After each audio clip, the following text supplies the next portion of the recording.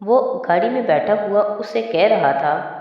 اسے یقین تھا وہ اس کے گھر سے نکلتے ہی یہی کام کرے گا، اس لیے گیٹ سے نکلتے ہی اس نے سکندر کے فون پر کال کی تھی۔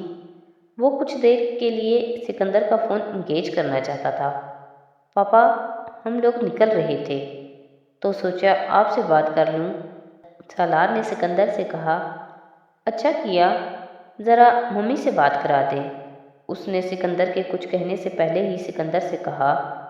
اسے خدشہ تھا کہ سکندر ڈرائیور کی ان کمنگ کال دیکھ کر چونکیں گے۔ وہ اگر گاڑی میں ان سے بات کر رہا ہے تو ڈرائیور انہیں کیوں کال کر رہا تھا؟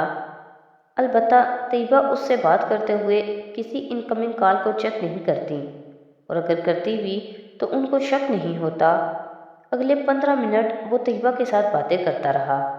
ساتھ بیٹھی امامہ کچھ حیران تھی، لیکن اس نے اسے نظر انداز کیا تھا۔ وہ اتنی لمبی باتیں کرنے کا عادی نہیں تھا جتنا وہ اب یک دم باتونی ہو گیا تھا۔ ادھر یہی حیرانی طیبہ کو بھی ہو رہی تھی۔ سکندر ڈنر ٹیبل پر چند دوسرے افراد کے ساتھ مصروف تھے۔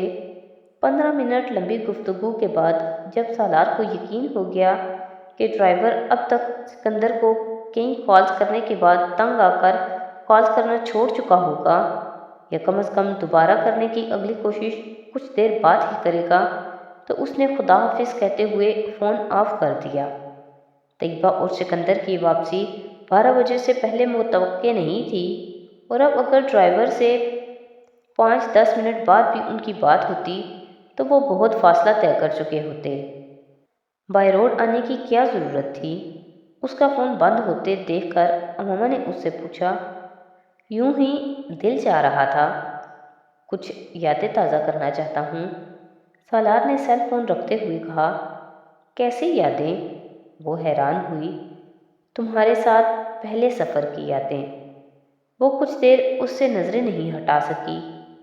وہ اس شخص سے کیا کہتی کہ وہ اس سفر کو یاد نہیں کرنا چاہتی؟ وہ اس کے لیے سفر نہیں تھا، خوف اور بے یقینی میں گزارے چند گھنٹے تھے جو اس نے گزارے تھے۔ مستقبل اس وقت ایک بھیانک بھوت بن کر اس کے سامنے کھڑا تھا، اور اس راستے میں وہ بھوت مسلسل اسے ڈراتا رہا تھا۔ میرے لیے خوشگوار نہیں تھا وہ سفر، اس نے تھکے سے لہجے میں سالار سے کہا۔ میرے لیے بھی نہیں تھا، سالار نے بھی اسی انداز میں کہا۔ کئی سال ہانٹ کرتا رہا مجھے، دیکھنے آیا ہوں کہ اب بھی ہانٹ کرتا ہے۔ وہ بات ختم کرتے ہوئے اسے دیکھ کر بہت مدھم انداز میں مسکرایا۔ امامہ خاموش رہی۔ کئی سال پہلے کی وہ رات ایک بار پھر سے اب اس کی آنکھوں کے سامنے آنے لگی تھی۔ وہ آنکھوں کے سامنے صرف رات ہی نہیں بلکہ جلال بھی آیا تھا۔ اس رات کی تکلیف کا ایک سرا اس کی ذات کے ساتھ بندھا تھا، دوسرا اس کی فیملی کے ساتھ۔ اس نے دونوں کو کھویا تھا۔ اگلی صبح کا سورج لاکھ ہمیشہ جیسا ہوتا، اس کی زندگی ویسی نہیں رہی تھی۔ کبھی وہ سوچ سکتی تھی کہ وہ کبھی اس رات کو صرف تکلیف سمجھ کر سوچے گی، تقدیر سمجھ کر نہیں۔ اس کی آنکھیں بھیگنے لگی تھیں۔ برابر میں بیٹھا شخص آج اس کے آنسوؤں سے بے خبر نہیں تھا، لیکن اس وقت بے خبر تھا۔ اس نے کچھ کہے بغیر ہاتھ بڑھا کر اس کا ہاتھ اپنے ہاتھوں میں لے لیا۔ امامہ آنکھیں پونچھنے لگی تھی۔ وہ سارا نقشہ جو اس نے اپنی زندگی کا کھینچا تھا، اس میں یہ شخص کہیں نہیں تھا۔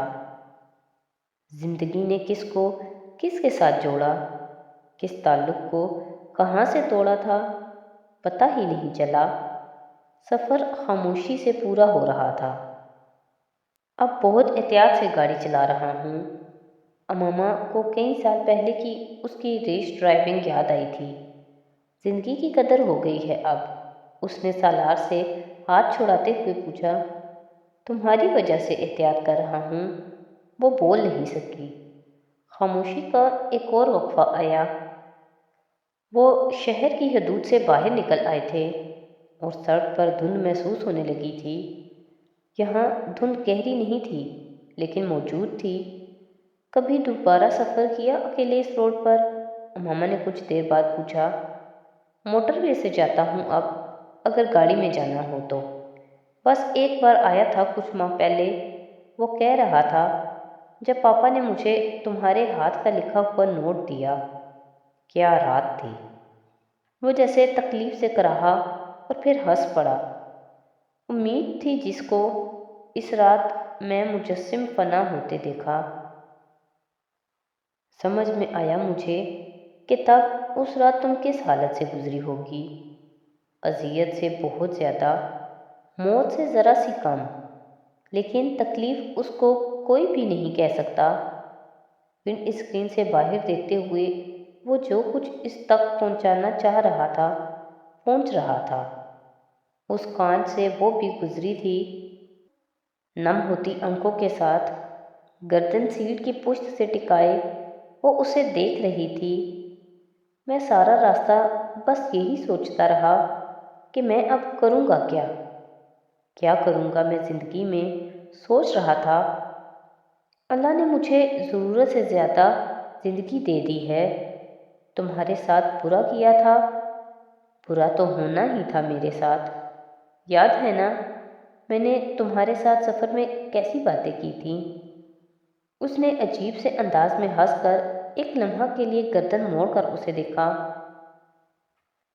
ایک لمحے کے لیے دونوں کی نظریں ملی تھیں، پھر سالار نے نظریں چراتے ہوئے گردن سیدھی کر لی۔ سفر پھر خاموشی سے طے ہونے لگا تھا۔ وہ تعلق جو ان کے بیچ تھا وہ جیسے خاموشی کو بھی گفتگو بنا رہا تھا۔ لفظ اس وقت خاموشی سے زیادہ بامانی نہیں ہو سکتے تھے۔ امامہ بھی گردن سیدھی کر کے سڑک کو دیکھنے لگی۔ دھند اب گہری ہو رہی تھی، جیسے وہ سڑک پر نہیں بلکہ اپنے ماضی کی دھن میں داخل ہو رہے تھے۔ گہری، معدوم نہ ہونے اور ہاتھ کو ہاتھ سجائی نہ دینے والی گہری دھند کیا کیا اپنے اندر چھپائے ہوئی تھی، لیکن جو کچھ تھا وہ بوجھل ہو گیا تھا، فراموش نہیں ہوا تھا۔ سیل فون کی رنگ ٹون نے ان دونوں کو چونکا دیا۔ سیل پر سکندر کا نمبر چمک رہا تھا۔ سالار ہنس پڑا۔ امامہ اس کی بے مقصد ہنسی کو نہیں سمجھی۔ ہیلو! سالار نے کال ریسیو کرتے ہوئے صرف اتنا ہی کہا تھا۔ اسے حیرت تھی، سکندر عثمان کی کال اتنی دیر سے نہیں آنی چاہیے تھی۔ شاید ڈرائیور نے ان کے گھر پہنچنے پر ہی انہیں سالار کے ایڈونچر کے بارے میں مطلع کیا تھا۔ سالار نے آواز کچھ کم کر دی تھی۔